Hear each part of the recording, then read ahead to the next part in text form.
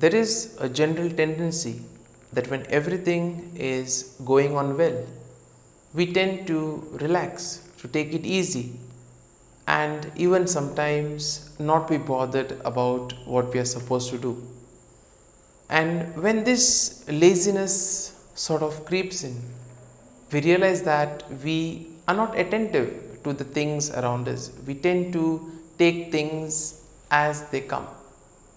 And because of this lack of awareness, we see that sometimes we can be caught napping. And as a result of it, we then tend to lag behind. And therefore, today's gospel passage will speak about the same thing. How there were two people, the two servants, one who was alert, awake, who was responsible, and the other one who tried or who thought that he could take advantage of the situation but was caught unawares.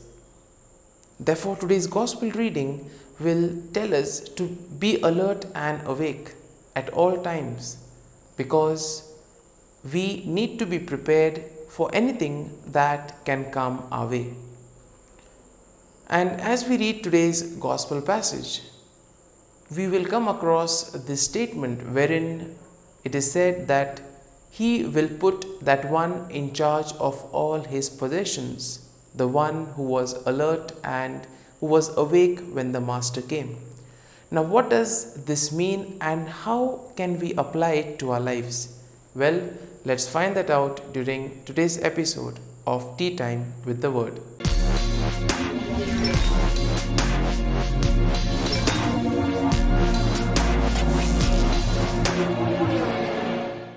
But before we can begin our reflection, let us take a look at the readings for Thursday in the 21st week of Ordinary Time. Today's first reading is from the first letter to the Corinthians, chapter 1, verses 1 to 9. And the Gospel is from the Gospel of Matthew, chapter 24, verses 42 to 51. And therefore, we see that today's readings will invite us to be alert and awake. Sometimes we see that whenever the opportunity is presented to us, we may be tempted to take advantage and to do the things in a leisurely manner. And it is at this precise moment that we tend to be vulnerable, because we are so engrossed in doing what we are planning to do that we are unawares of what happens in the world, and then we are caught unawares and therefore cannot react when things happen in the world. And here we see that in the gospel, when the opportunity of being the steward of the master's house was given to two different people, we see that they reacted in a different manner. Both used the opportunity differently. And similarly, in today's world, we see that both good and evil coexist. And also, do people of thesis and antithesis, people who support and people who contradict and sometimes oppose the others. So you have this mixture of good and evil in the world. And in a way, we see that these two tend to keep a check on each other. It is in this regard that Saint Paul invites us to be enriched with the Word of God.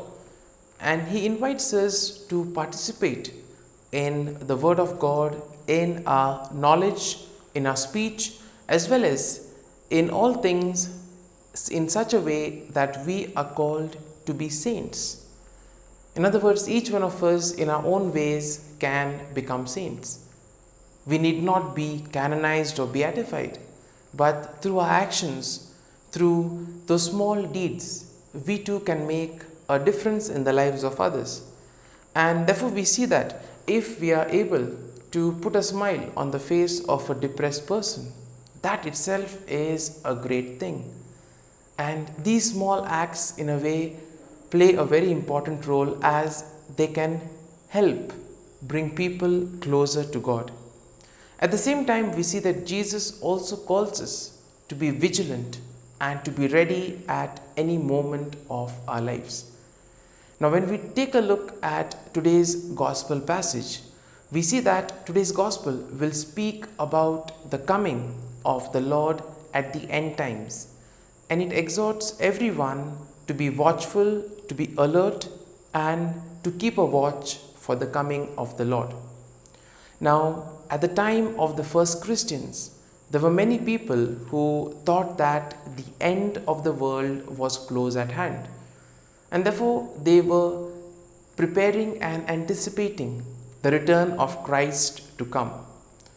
And even today, we see that there are many people who think that the end of the world is close at hand, and therefore it is important for us to reflect on this theme of vigilance, awareness, and alertness. Jesus says it is necessary to be awake, alert, and keep a watch. Now, he says this because nobody knows what will happen at what time. And here, with regards to the coming of the Son of Man, neither does he know, neither do the angels, but only the Father knows. And therefore, since none of us know about it, we have to be alert at all times. We need to be attentive to the signs of the time. We need to be attentive to the changes in the situations. And therefore, we see that sometimes you will see people on the street with signs that the end is near, Christ is coming. And this was the same thing which many of us would have remembered was happening in the year 2000. Now, to go back in history, we see that after the year 1000, basing themselves on the Gospel of John, people began to say, by quoting Revelations chapter 20, verse 7, that 1000 years have gone by, but 2000 will not pass. And this is why we see that when the year 2000 approached, people all were panicky and many were worried. Many were anguished because of the proximity of the end of the world. Another reading, we see that when people read the Apocalypse of John, some of them were able to exactly foretell the time, the date, and the hour when the end of the world would come. But we all know the year 2000 came, it went by, and we are still alive. The world has not ended. The same thing also was said about 2012. But we see that all these speculations about the end of the world, about the coming of time, do tend to be speculations. It sort of makes us anxious at that moment, but then somehow we enter into a kind of a slumber or laziness.